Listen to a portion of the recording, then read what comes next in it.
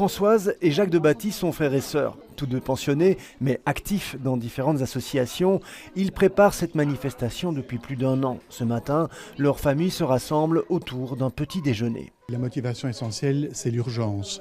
Les comportements, les mentalités changent lentement, on est gagné à l'idée, mais je pense que par rapport aux objectifs qu'il faut atteindre en termes de diminution des émissions de gaz à effet de serre, il faut aller beaucoup plus vite. La fille de Françoise s'inscrit aussi pleinement dans la transition écologique. Depuis 1 an, cette restauratrice de livres et son compagnon cultivent eux-mêmes leurs fruits et légumes sur un petit terrain.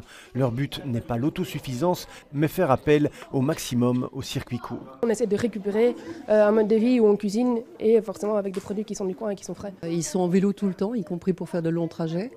Et sur leur terrain, ils ramassent, ils glanent, ils récupèrent tout ce qui est possible pour manger. Les vélos dans la cage d'escalier confirment cet engagement familial. Toutes les générations sont sensibles à la cause. Noam, le petit-fils de Françoise, met lui aussi en place les petits gestes qui préservent l'environnement. Moi, je préfère que les petits emballages des biscuits, on arrête de faire ça.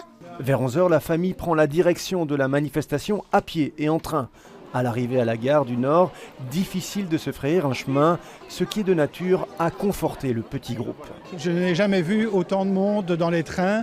À Forêt, on ne savait pas monter dans le train, c'était impossible. Il y a des gens qui sont restés à quai, donc c'est un signe très positif dès maintenant du succès de la manifestation. Quelle est votre motivation, vous, de venir ici? Survivre à l'échelle d'une espèce.